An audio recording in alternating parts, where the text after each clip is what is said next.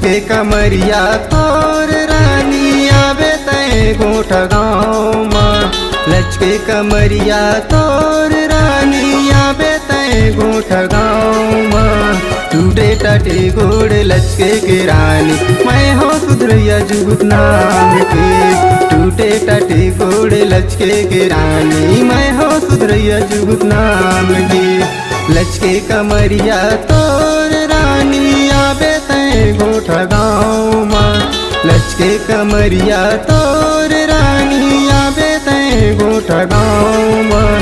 टूटे टाटे गोड़ लचके के रानी मैं हो सुधरैया जुगत नाम के। टूटे टाटे गोड़ लचके के रानी मैं हो सुधरैया जुगत नाम के।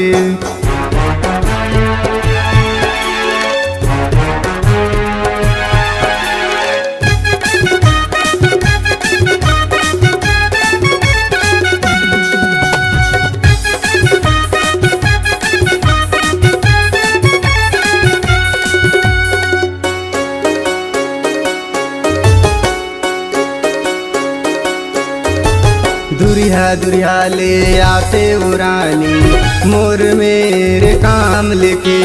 लचके टूटे के देतों दवाई सेक वाले देते शाम के।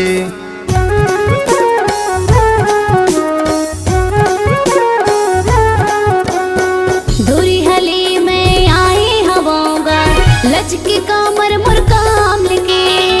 लचके टूटे के देतस दवाई जड़ी खाऊं तोरे नाम के।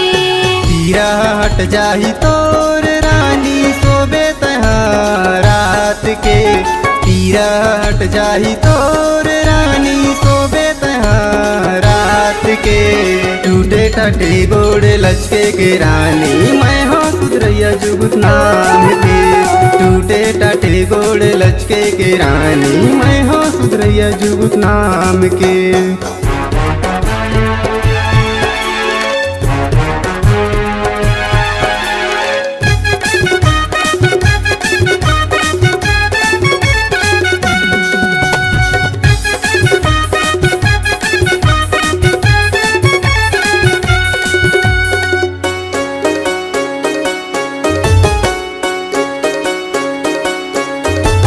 हफ्ता भर माते हवा दे लचके लाते चेक करा दे।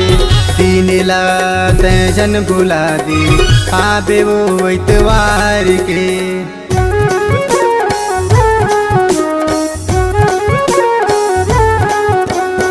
संगी सहेली ला मैं हाँ बताऊं लचके टूटे के काम करके।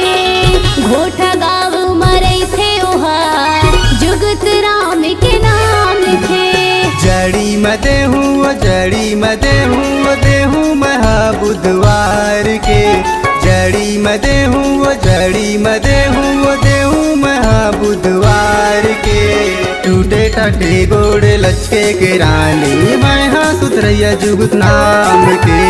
टूटे टाटे गोड़ लचके के रानी मैं हो सुधरैया जुगत नाम के। लचके कमरिया तोर रानी आवे तय गोठ गाँव माँ। लचके कमरिया तोर रानी आवे तय गोठ गाँव माँ। टूटे टाटे गोड़ लचके के रानी मैं हो सुधरैया